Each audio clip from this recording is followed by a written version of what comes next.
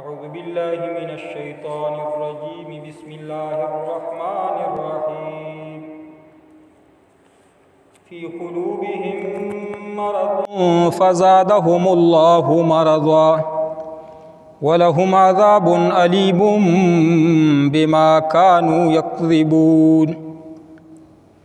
وإذا قيل لهم لا تفسدوا في الأرض قالوا إنما نحن مصلحون ألا إنهم هم المفسدون ولكن لا يشعرون صدق الله العظيم. سورة البقرہ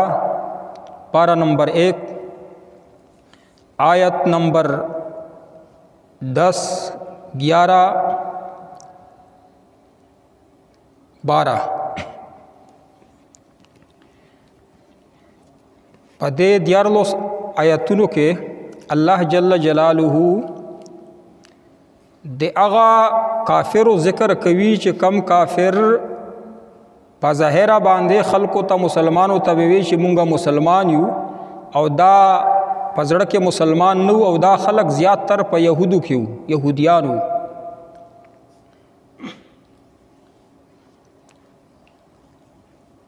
د مسلمانانو تعریف الله جل جلاله په 5 آیاتونو کې ذکر کو او د صریح کافرانو ذکر الله جل جلاله په 2 آیاتونو کې وکړو. منافقینو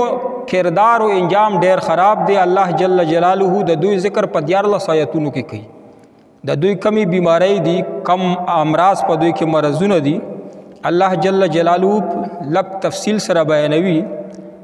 اگر چې کرداری اعتقادي منافق نن سبا نشتا، اعتقادي چې کم منافق وو نبی علیہ السلام په دور کې چې په زړه کې کافرو په خوله به مسلمان یو، د مسلمانانو نه به مال غنیمت هم حاصلو او زنونه به تساتل په جنگ او جهاد کې. دغه اعتقاد ولا عقیده ولا منافقین نن سبا نشتا، خو کردار ولا شتا. منافقینو چې کم کردار او کم عادتونه یو هغه په دې مسلمانانو کې چې هغه کردار یا هغه صفاتونه موجود نو کرداری منافق ورته ویل شي. اعتقادي منافقان چې دی هغه اوس د نبی علیہ السلام زمانه نه بعد بیا ختم شول. نو یو بیماری نه بعد بل بیماری د دوی الله جل جلاله ذکر کوي. فی قلوبهم مرض، د هغوی په زړونو کې بیماری ده. فزادهم الله مرضا،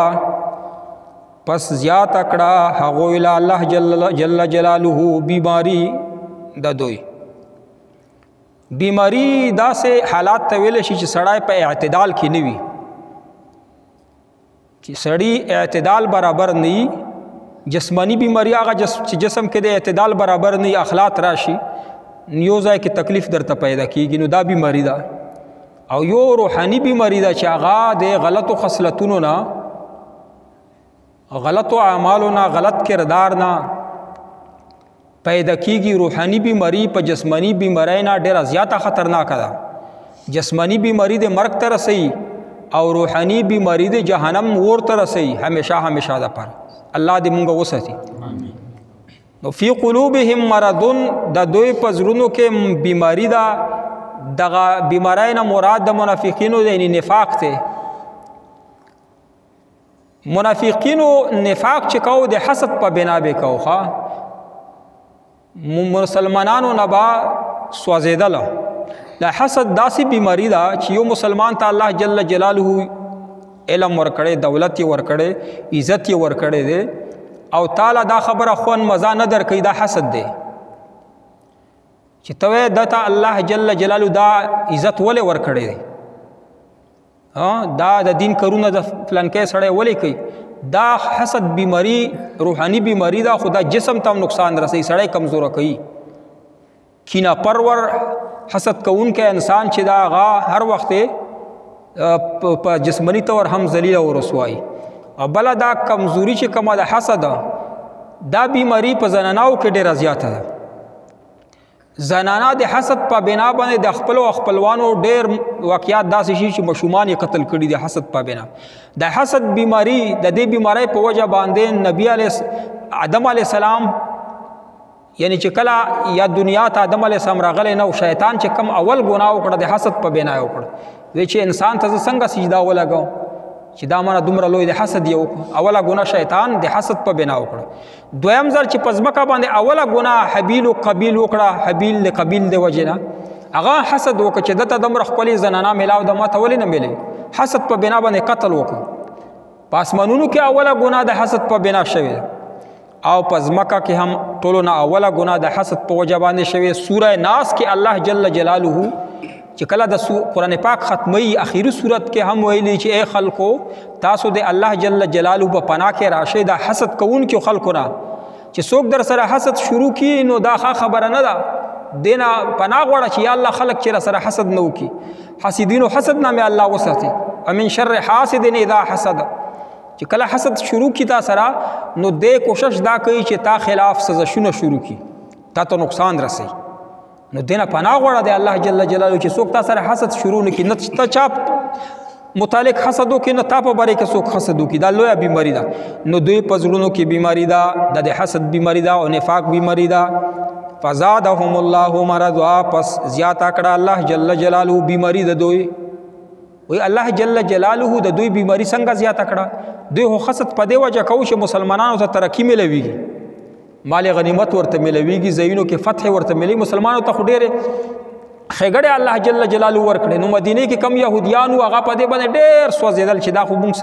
د ولې مسلمانانو ته ترقی ملاو شو نو الله جل جلاله چې څومره مسلمانانو ته ترقی ورکړي او دوی حسد زیاتیږي نو د دوی بیماری ور سره زیاتیږي د دې دا مطلب دی چې الله فرمایي چې د بیماری زیاته کړه ما مطلب دا دی چې څومره چې مسلمانانو ته خیر رسو نو هغه سره تاسو ته یعنی په هغه باندې سوځي تاسو بیماری زیاتیږي نو الله جل جلاله فزادهم الله مرضا او پس زیاته کړه الله جل جلاله بیماری د دوی چې نور حسد وکړي غضوا علیکم الانامل من الغیظ یو ځکه الله فرمی د خپل ګوته او خره د حسد د وجه نه مسلمانانو ته به ترقی ورکوم ولهم عذاب علیم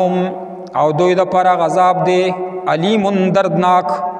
بما کانوا یکذبون په وجه د دې یکذبون چې دوی دروغ وایي په دې باندې مونږه پرونم خبره وکړه چې دروغ مسلمان ته ویل نه دی پکار دروغ په نبی علیہ السلام دور کې یعنی جاهلیت دور کې چې نبی علیہ السلام لا دنیا ته نه ورغل مبعوث شوی نه په هغه وخت کې به مشرکین هم دروغ بیانوي او يهوديانو به دروغ نه وي کافرو به دروغ نه وي او دروغ داسې پیغورو لکه نن سبا الله د مسلمان وسطي کچاتوب زنا شول خلق پیغور کوي نو چا به چې دروغ وي دا پیغور به چې ورکه چې دروغجن نو هغه بس بیا ژوندی نه پاتې کېدو دا پیغور لوی پیغور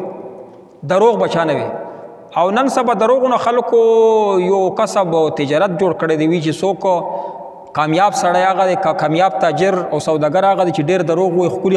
اندازې سره وي خلک په پوی نشي خلک خوشاله شي او د دروغ وي او بلا مسله دا وره چې کم تاجران دي دکانداران دي خلک تی مسلمان دي په حلال رزق باندې کاروبار کوي خو کدا دروغ دی په کاروبار کې وي چې دغه شی په دومره کړي او دروغ دی پکې وي نو تا حلال رزق تا د پر حرام شي چې کله دروغ دی په سوداګرۍ کې وي تجارت کې کا حرامي نو دروغ با په خپل کار کې نه وای چې کم یو کار تکای دروغ بنوای کني حلال کم روزگار دی دا غور سره حراميږي نو بل دا چې نبی علیہ الصلوۃ والسلام ته حضرت ابو ذر رضی الله تعالی عنہ حضرت ابو ذر رضی الله تعالی عنہ ډیر درویش صحابیو بس جمعات کې و پروتو کورته بنتلو جمعات کې پروتو بس نبی علیہ الصلوۃ والسلام په سپو کې به لګړېدو ول زه علم زده کوم اصحاب صفان او غریب وو سه ونه کور نو دار نو اولاد یې سه نو ډېر فقیر او درویش چې نن سبو دا ډېر درویش سړی دی فقیر سړی دی ملنګ سړی او د حضرت ابو ذر رضی الله تعالی عنہ سوچو کو فکر یو کې نبی علیہ السلام ته وې چې آیا داسې کېدل شي چې یو سړی دی لا اله الا الله محمد رسول الله اقرار وکي مسلمان دی وي الله دی مني او پیغمبر دی مني هغه سراسر د دې په زنا باندې ورزي داسې کېدل شي نبی علیہ الصلوۃ والسلام فرمایل چې هو کېدل شي ځکه چې یو سړی مسلمان دی خو چې کله د غلط کار کوي زنا ورنه کیږي یا غلا کیږي په دې وخت کې د ایمان اوچت شي چې کله د کارو کې ایمان بیا ورته راو غورځي ایمان سره دا کار کیږي نو بیا ابو ذر رضی الله فرمیل چې دا سم کېدل شي چې یو مسلمان به هغه به زنا کوي. نبی علیه السلام فرمایي دا کېدل شي. اخر کې نبی علیه السلام په خبره باندې پوه شو چې دی هغه ګناه تپوس کوي چې هغه ایمان سره بالکل مناسبت نه لري. نبی علیه السلام فرمیل تربت یداک استاد الله پاک لسونه په خاوري کې د دعا وا د مینې محبت نه ورته وي چې اے ابو ذر دا هر ګناه مسلمان سړی نه کیږي انسان د خطا کیږي خو چې مسلمان وي دروغ وای دا نه سره جمع کیږي. یو ځای کې قرآن کې الله فرمایي چې فاجتنبوا قول الزور واجتنبوا قول الزور. د اولی وای فرمایي چې تاسو د بوتانو د ګندګۍ نه ځان بچ کې. بوتان ډېر ګندا سیزونه دي چې خلک شرک کوي. دا شرک سخته ګناه دې سره سره بیا ویلي چې ورسره دروغو نه ځان بچ کې. قول الزور دروغو ډېر په اسلام کې قرآن کې په حدیثو کې د ډېر مذمت راغلی چې کم مسلمان دروغ وایي نو دا د سره ایمان بیا سلامت نه پاتې کیږي. نو څومره دوی منافقت یې کوو کفر یې کوو پټه خو الله پاک په هغې باندې سزا ورته نه اوروله. سزا ورته اوروي. ولهم عذاب علیم د منافقینو دپاره دردناک عذاب دی او بما کانوا یکذبون په سبب د دې سره چې دوی دروغ وایي نه دروغ په وجه باندې که دروغ یې پرېږدی که نه نو ټول ګناهونه بیا سړی پرېږدي. چې دروغ یو سړی پرېږدي نو هغه نه ډېر ګناهونه پاتې کېږي. چې سړی په دروغو باندې عادت وي نو هغه وایي چې خیر دی که کومه ګناه کوي دروغو باندې به ورته څه جامې جوړې کړي که نه نو هغه بیا ګناه نه پرېږدي. نو دروغو نه د زنانا ځان بچ کړي ماشومان دې ځان بچ کړي او لوی خلک. او په کور کې چې کم ماشومان دي هغو ته څه حاصلتونه وښیه چې هغه خصلتونه په دې ماشومانو کې راشي نو تا ماشومان به اولیاء کرامو درجه الله پاک ورکړي. په کې یو دا خبره ده چې ماشومانو ته دروغ د زنانا نه وایي په کورونو کې سړي دې ورته نه وایي په خپله باندې چې په کور کې بیا ماشوم ته یې ورشه زه په کور کې نشته داسې دروغ یا نوره چلونه دې ورته نه ښایي. او دې سره سره دې داسې دروغ ورته نه وایي چې راشه مور ورته راشه دغه شی در کوم. دا حدیث کې صریح راغلی چې دا هم دروغ دی چې یوه ښځې زنانا و نبي علیه السلام په مخ کې بچی دا راشه تعالی زه شی در کوم. نبی علیه السلام فرمیل که تا سره څه شی نه وي نو دا خو دروغ دی. وایي ما سره شته کجورې ورکوم. او که چا سره څه زنانه وایي راشه دغه شی در کوم دا او که دا دروغ به ماشومانو ته نه وایي. او دروغ به لکه په جاهلیت زمانه کې کافرو مشرکینو ټولو مسلمانانو به وایي چې دا دروغ لویه ګناه ده لویه یعنی پیغور دی. ماشوم ته به ووایي چې دروغ به نه وایي ډېر تاوان دی وشي نقصان دی وشي خو دروغ به نه وایي چې په ماشوم کې بچپن نه د دروغو عادت ووځي تېنه نو دی بیا نوره هېڅ قسم ګناه د ده نه کېږي نه. ګناه کېږي د دې وجې نه چې موږ سره بیا هغې یو یعنې پناه وي چې په موږ په دروغو هغې ته پناه جوړه کړو. چې دروغ نه وایي نو یو ګناه به در نه کېږي. نو دروغ نه اجتناب پکار دی. آیتونه خو موږ وایو 2-3 آیتونه به نور ووایو خو وخت تمام شو. الله پاک دې موږ ټول مسلمانان دروغونه په امان کړي. واخر دعوانا الحمدلله رب امین. الحمد